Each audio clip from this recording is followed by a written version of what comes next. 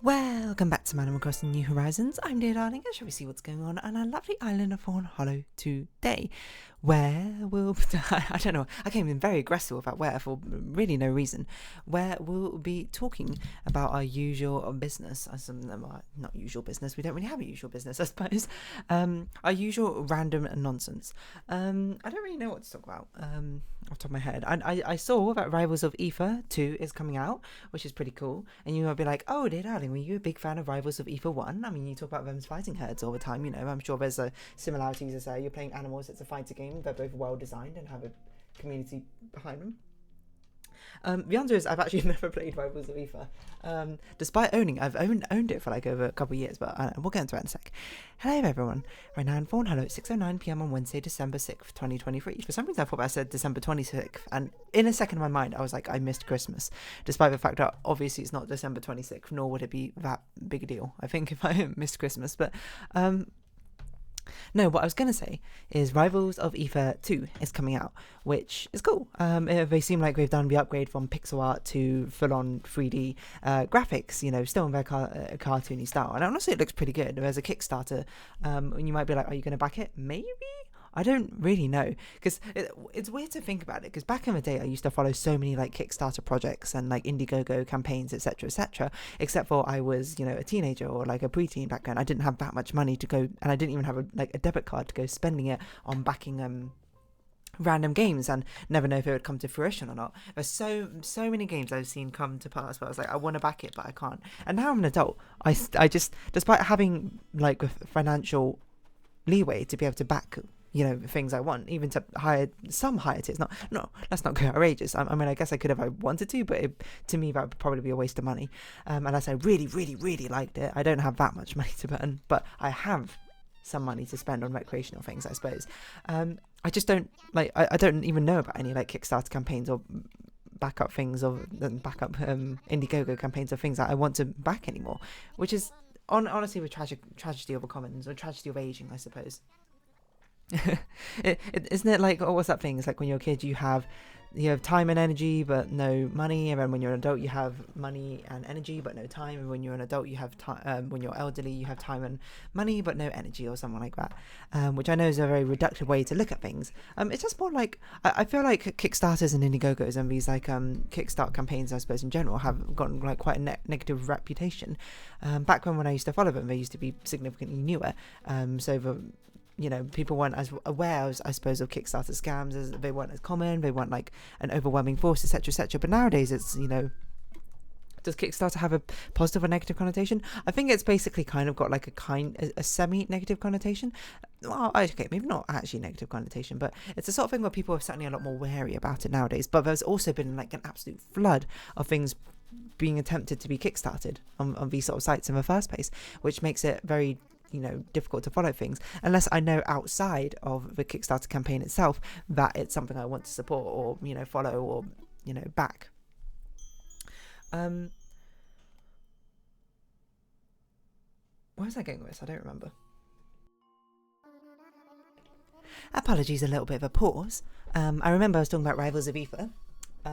It's a game I should play. There's so many games I should play, and it is one flaw, I suppose, of this YouTube channel, is I end up only playing games which have a definitive start and end. So it means I don't play things like, you know, these roguelites I've got. I don't play things like these fighting games I've got, despite the fact I probably would enjoy them.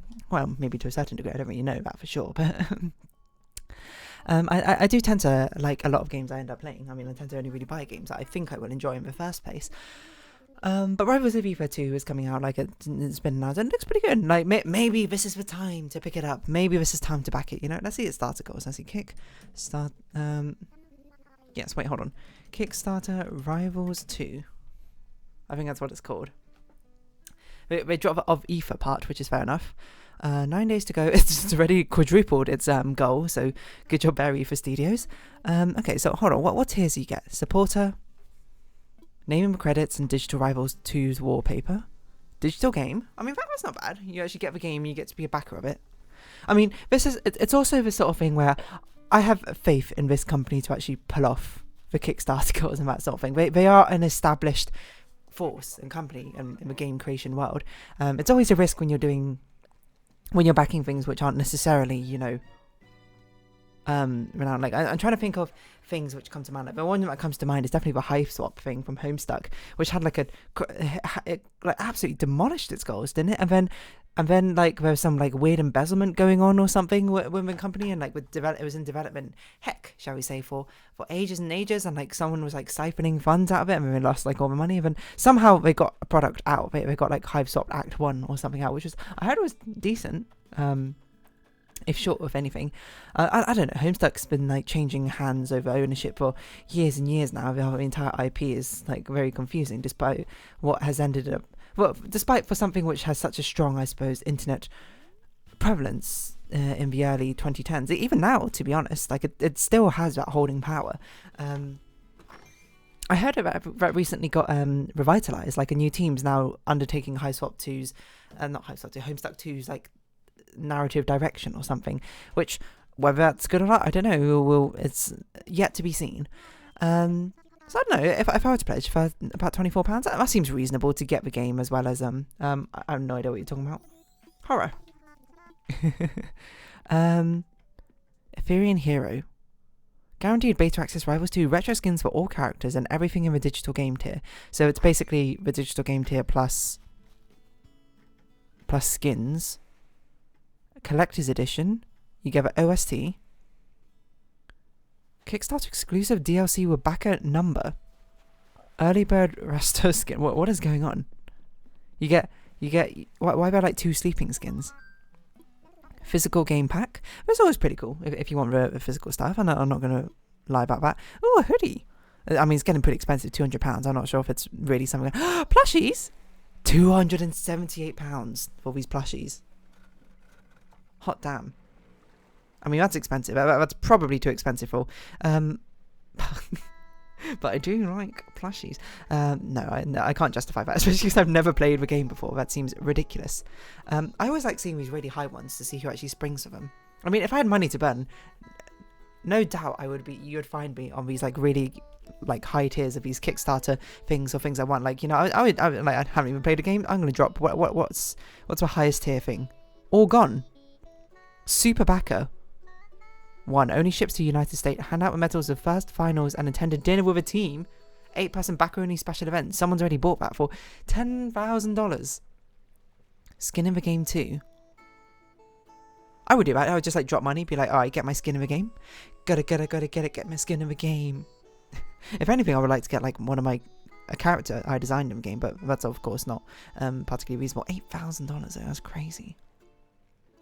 Digital game early bird special. Ah, okay, so I see. One of them, you get a skin for the first game, and the other you get a skin for the second game. And if you're early to it, okay, I see. If you're early to it, there's a limited amount of like cheaper versions of a thing. Friends and family discount. £2,000. Benefit line of credits. My favourite kind of ice cream is the one with 3 flavours. I think it's called nepotism. I don't know what's going on. Custom player icon? I mean, that's pretty cool. I'm trying to think. I remember the closest I came to backing something was Worms Fighting Herds. Backing stuff. I would have backed enough just to get like the game on release, and maybe, I don't know, like my name in the credits would probably have been pretty cool. Maybe I should just get my name in the credits. That'd be pretty funny. No, but that was probably the closest I came to actually backing anything. Nowadays, I don't know. I'm trying to think of stuff which I'm interested in, which requires backing, but I don't know. Like, I don't know. Hold on, Kickstarter. Can we just see like the most popular campaigns, like of all time? Discover. I don't want to start a project. I got nothing to start. Projects we love. No, trending. Hold on, that's what I wanted. Wasabi. But I know there's a lot of like games, like not just video games, but like board games as well. On here, trending. I want to see the most popular of like all time. There's a lot of things like systems, like role-playing games, sort of esque systems, which tend to be all projects on Earth. Okay, is the moon an option? I guess not. See what's going on. I don't know if I've heard of any of these. If I've heard of some of these. Party Panda Pirates. It's amazing how much like over the funding that some of these get. Obviously, they've got a lot. These are passion projects. There's a lot of like good things in here which people have worked on for a long time, right? 2 million. Oh no, Hong Kong dollars. Okay, I see. Different currency.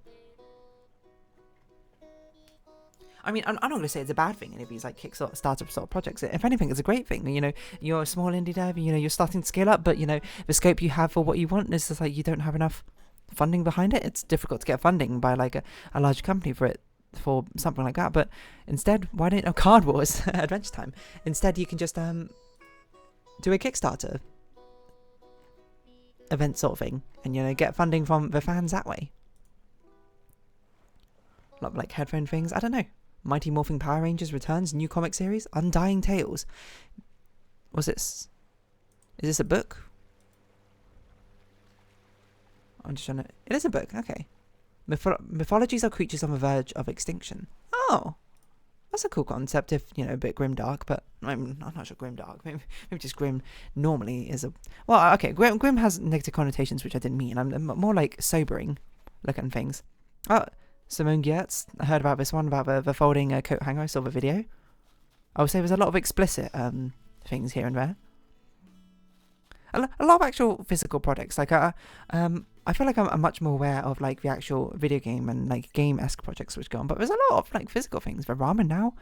Rapid desktop cooking for delicious meals. I guess for ramen. Cool, I guess. Cinematic things. I don't even know what that is. What is going on here? It's hard to tell what some of these things are. A pin collection. Okay. Wow, that's been supremely funded. 15,000 euros. I mean, that is a cool art style. I feel like I recognise this artist. Hold on. Who made this? Inky Art Tattoo? Do I know you? Is that what your name is? Uxiu. This artist looks really familiar to me. Like, I feel like I've seen this person's art before, but I don't recognise the name, so I guess not. Anime episode? There's a board game. What is that? That's very scary. A Christmas horror short film. It is cool. I wonder how you get these sort of funding things. You know? I wonder how many of these actually come to fruition as well. Ones which are funded. I feel like I should know this, because I did some analysis, like some data analysis on Kickstarter's thing once as just like a passion project. I don't remember like any of the results I gleaned from that sort of thing. But like how many of these end up actually delivering on their things? I mean, talking about Vem's Fighting Herds, like they recently had to, like, I don't know what happened, because they actually got a publisher, didn't they? But then they had to recently like cancel everything, like cancelled all the Kickstarter rewards which had not been delivered, because I don't know, maybe some like licensing fell through, maybe the entire company imploded or development team imploded. I've got no clue what happened. I don't know what ended up being missing, but they got out like their 4 DLC characters. I'm not really sure what happened. I guess maybe there wasn't enough popularity behind it. It is kind of like a niche thing, but I'm sure the intersection of people who'd be willing to play a game of Vem's Fighting Herds due to its aesthetics and the people who actually play the gameplay is probably not a rather large circle overlap, which is a shame, because the only things I hear about it is like, if you aren't bothered by the graphics, it's apps. Or not, I mean, it's not like the graphics are bad, but like the art style, I suppose. You know, not everyone wants like a cutesy animal-esque sort of It's not even that My Little Pony inspired anymore, but like, you can see where its roots lies. It's actually got like some really nice like fighting game systems. You know, it was also like, wasn't it like one of the first games to also have like rollback netcoding or something? Like that and Skullgirls or something, because I think it was also based off the Skullgirls engine, whatever the engine's called. Anyway, I recognise none of this. In Mario Pillars of Power, this actually sounds vaguely familiar. I don't know if I've seen like an advert for this somewhere before. It's got very pretty artwork. That's a very pretty fox on that cover. It's a 5e setting guide. Okay, cool. What can I say except for cool? Is this just about bees? I don't know. It's in like a Nordic language, which I cannot speak. Oh, optimal lighting kit. That's cute.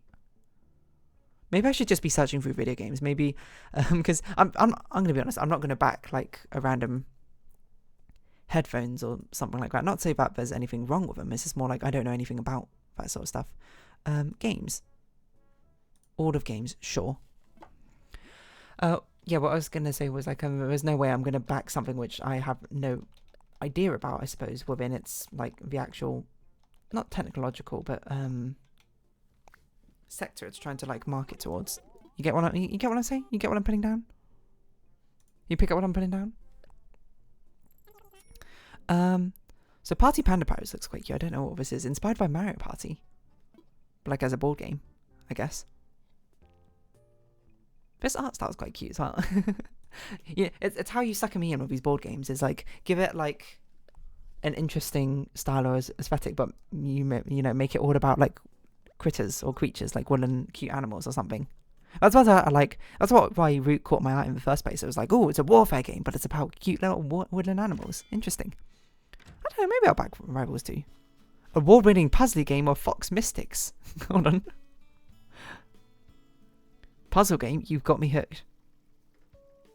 The thing is, with board games, it makes it very difficult to understand what I'm looking at. I'm looking at all these things, and it's like, yep, this is a board game. I see counters, I see tokens, I see boards, I see cards. What does any of this mean? Do I like this? I have no idea.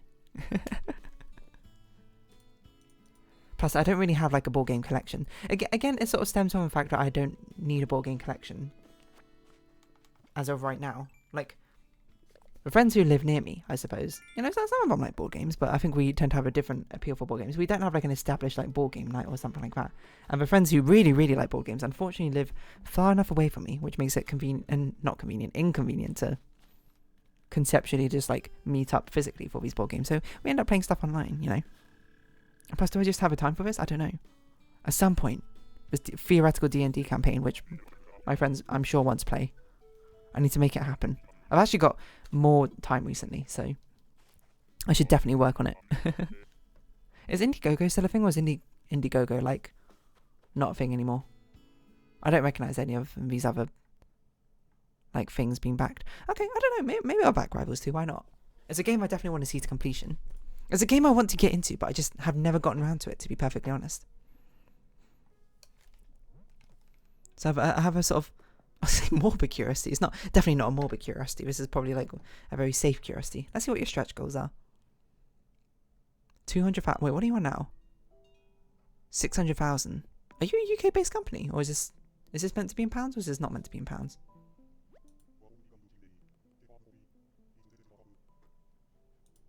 Hold on, go back to games, video games. $700,000. Okay, so that's what you're on right now. Let's see what stretch goals you've met, and what you'll probably meet. Okay, 200,000 launches. 300,000 another character. 400,000 you have a tournament. 500,000 another character. 650,000 another character. That character's for some reason more expensive than the previous ones. 700,000 returning character. That character's a lot cheaper than the other ones. So that's where you are. 725 is playable at that thing. 750, which I think is what they're at, new character. 775 is the question mark. It's like these stretch goals are broken down into smaller stretch goals. 1 free skin at launch. And 1 million for 10 characters. Ranked mode. Character tutorials. Arcade mode. Rivals Direct 6 is uncancelled law. I don't know what that means. Imagine if you were rich enough, you were just like, yeah, you know what, I'm going to drop like 2 million on this. You know, I want to see what this joke of Rivals Direct 6 is uncancelled means. I'm going to drop 4 million on backing this.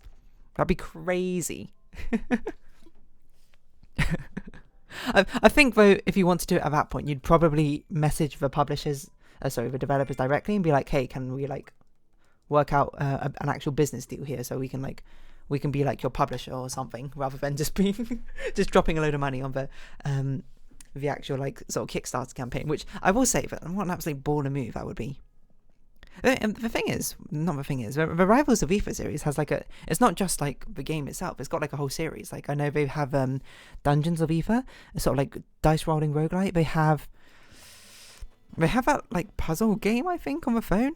They had that joke dating sim for April Fools, which also got really popular. I think they have another game as well. I'm not sure, but this is like kind of where it all started. If anything, they're kind of living the dream. You know, they started out with a cool idea of something and then they've turned it into like their own like franchise, their own indie franchise. That's awesome. I'd love to do something like that. Obviously, you know, that's life is long. You know, who knows what could happen in the future. Reminds me, wasn't there like a HoloLive or something like fighting game that was released? I don't know anything about like YouTubers really, so I don't know if that's like actually been released or, you know, it was just, I feel like I remember seeing it somewhere. For some reason, I thought I had Lily of the Valley. I do not.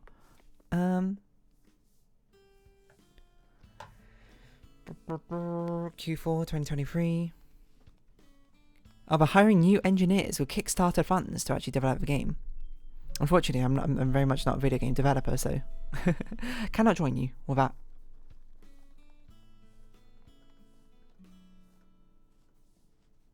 Naming credits. Oh, okay. We have a nice like sort of splash thing to be like, what's going on? Oh, if only the mini plush set wasn't so high up. But I guess they are expensive to make plushies, eh? I don't know. We'll see. Again, I've not played this game, so maybe it's... I don't say it's a fool's errand. Maybe it's just silly to play it rather than something I should just like buy on sale when it eventually comes out. I will say, the Rivals of Aether like workshop goes hard, doesn't it? Like they put so many random characters in through like its workshop mode.